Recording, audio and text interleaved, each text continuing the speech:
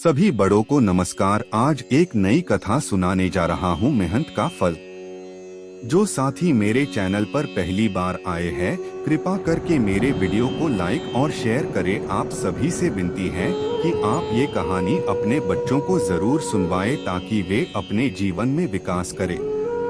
तो आइए कहानी शुरू करते हैं।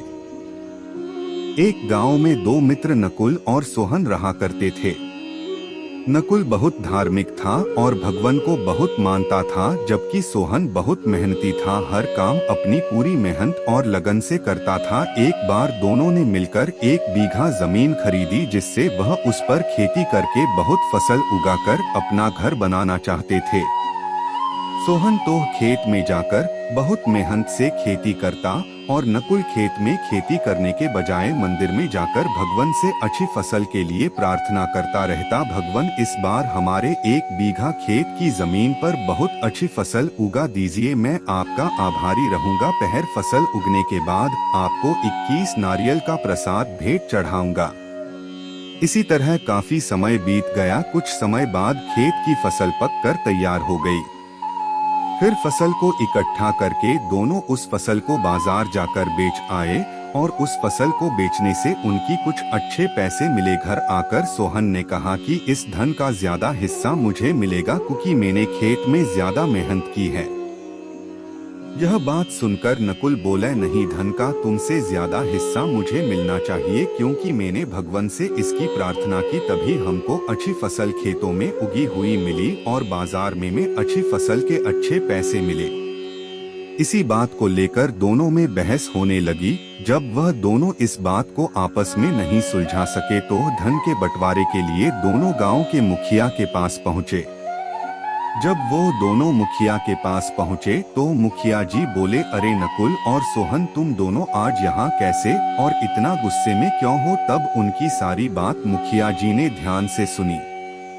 तब उन्होंने दोनों को एक एक बोरा चावल का दिया, जिसमें चावल के साथ कंकड़ भी मिले हुए थे। मुखिया ने कहा कि कल सुबह तक तुम दोनों को इसमें से चावल और कंकड़ अलग करके लेन है, तब मैं निर्णय करूंगा कि इस धन का क्या करना है और इसके कितने हिस्से होंगे और किसको कितना हिस्सा मिलना चाहिए। उम्मीद है आपको कहानी पसंद आ रही होगी। कृपा करके मेरी वीडियो को लाइक शेयर कर दे और मेरे चैनल को सब्सक्राइब कर दे। अब आगे की शेष कहानी सुनिए।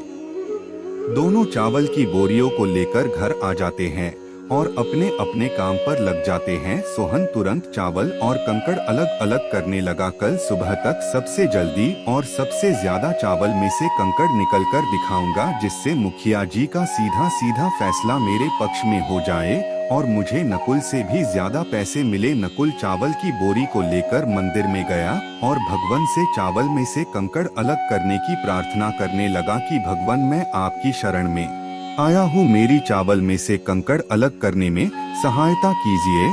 और रात भर सोहन ने मेहनत करके चावल और कंकड़ अलग अलग किए। अगले दिन सुबह सोहन जितने चावल और कंकड़ अलग कर सका उसको ले जाकर मुखिया के पास गया, जिसे देखकर मुखिया खुश हो गया और नकुल वैसी की वैसी बोरी को ले जाकर मुखिया के पास गया।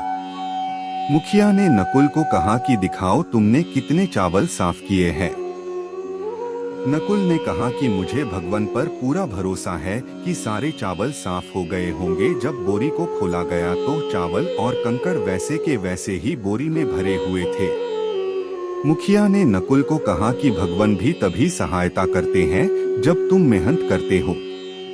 मुखिया ने तब फैसला किया कि धन का ज्यादा हिस्सा सोहन को मिलना चाहिए और मुखिया ने धन का ज्यादा हिस्सा सोहन को दे दिया। इस बात का नकुल पर बहुत गहरा प्रभाव पड़ा और पहर वह भी खेत में बहुत मेहनत से काम करने लगा। इस कहानी से हमें यह सीख मिलती है कि हमें कभी भी भगवान के भरोसे नहीं बैठना चाहिए। हमें सफलता प्राप्त करने के लिए मेहनत करनी चाहिए। पूरी कहानी ध्यान से सुनने के लिए धन्यवाद। अंत में यही कहूँगा, ईश्वर आप सभी को सुखी रखे और अपना ख्याल रखे। उम्मीद है कि आपको यह कहानी पसंद आई होगी। आपका कोई भी सुझाव है तो मुझे कमेंट में कह सकते हैं। कृपा करके आप मेरे चैनल को सब्सक्राइब करें और मेरी वीडियो को लाइक करें। ताकि मुझे धार्मिक वीडियो बनाने का हौसला मिलता रहे और आप सबका प्यार भी मिलता रहे। कृपया मेरे चैनल को सब्सक्राइब करें। अब मैं मिलता हूँ आपको अगली वीडियो में।